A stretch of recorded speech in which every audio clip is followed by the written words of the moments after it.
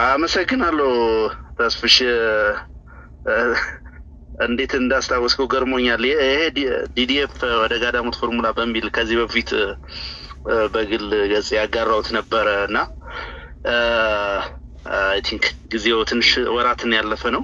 በዛን ጊዜ እንዲሁ በተመሳሳይ ከፍተኛ ድል የተገኘበት ወታደራዊ ጀብዱ ነበረ። እንደሚታወቀው በዚህ በፋኖ ተጋድሎ ውስጥ ላለፉት 3 አመታት በተደረጉት ተጋድሎች በተለይ የመጀመሪያው 2015 ዓ.ም ክረምት ላይ ትልቅ ጀብዱ እና ወታደራዊ ድል የተገኘበትና የመከላከያ ሰራዊቱ አከርካሪ ከተሰበረባቸው ቦታዎች በቀዳሚነት ሊጠቀስ የሚችል ነው የደጋዳሞቱ ውጊያ። በእርግጥ በዛው በተመሳሳይ ወቅት የተለያዩ አካባቢዎች ላይ ደንበጫ ላይ በርካታ ድሎች፣ ሞርተሮች፣ ድሽቃዎች በብዛት የተማረኩበት አውደ ውጊያ ተደርጓል። እሱም በታሪክ በትልቁ የሚታወስ ነው።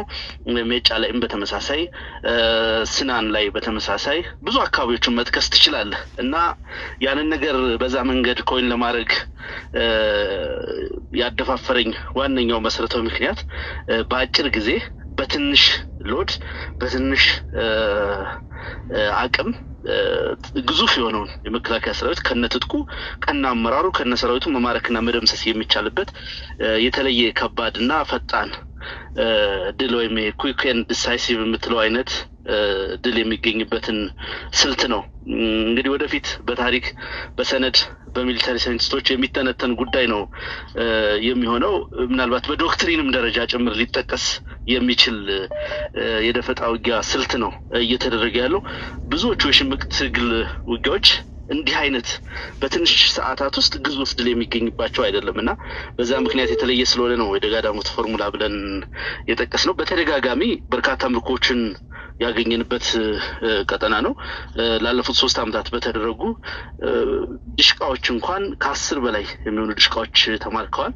16 17 አካባቢ የሚሆኑ ድሽቃዎች፣ ሞርተሮች ዙ 23ን ጨምሮ።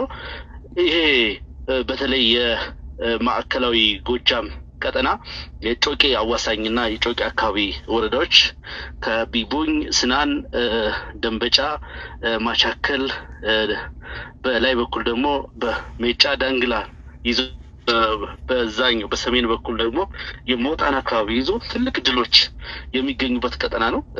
አብዛኛው መካከለኛው ወደ አባይ የተጠጋውና መሀል ላይ ያለው የጎጃም ክፍል ሜዳማ በመሆኑ ምክንያት ትልቅ ወታደራዊ ድሎችን ለማግኘት አስቸጋሪ የመሆኑን ያክል በዚህኛው ጮቄው ወይም መደጋማው ክፍል ደግሞ በጣም በርካታ ወታደራዊ ድሎች የተገኙባቸው ስትራቴጂክ ቦታዎች ናቸው። ዛሬም ያ ታሪክ ተደግሟል። ያው በዛሬው ዕለት አንተም ከሚዲያዎች ልታዩ እንደምትችል ገምታለሁ። የቴዎድሮስ ዕዝ 109ኛ ኮር 99ኛ ክፍለ ጦር እንዲሁ የ201ኛ ኮር 54ኛ ክፍለ ጦር 102ኛ ኮር 33ኛ ክፍለ ጦር 206ኛ ኮር 24ኛ ክፍለ ጦር የተለያዩ አህዶች በቅንጅት አስደናቂ ድል አግኝተዋል። ዛሬ ረፋድ ላይ በተደረገ አስደናቂ ተጋድሎ 2 የመከላከያ ሰራዊት ከፍተኛ መኮንኖች ተገድለዋል።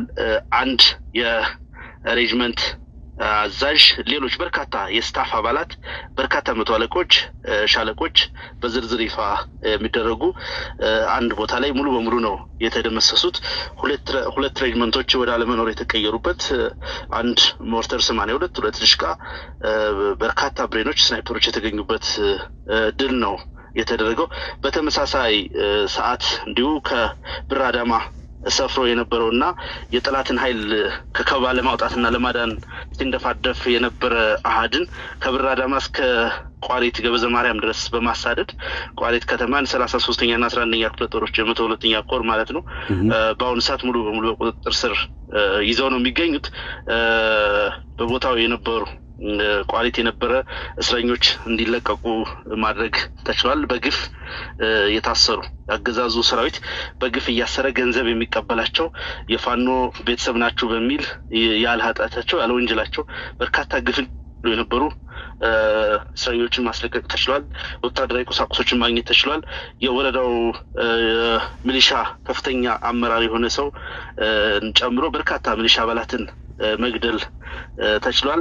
በተመሳሳይ ይሄ ድል እንዲገኝ በተለያየ አቅጣጫ የነበሩ አህዶቻችን አንዳንድ ቦታዎችን ዘግቶ በመያዝ የጠላትን እንቅስቃሴ በማወክ ከፍተኛ ድርሻ ተወጥተዋል።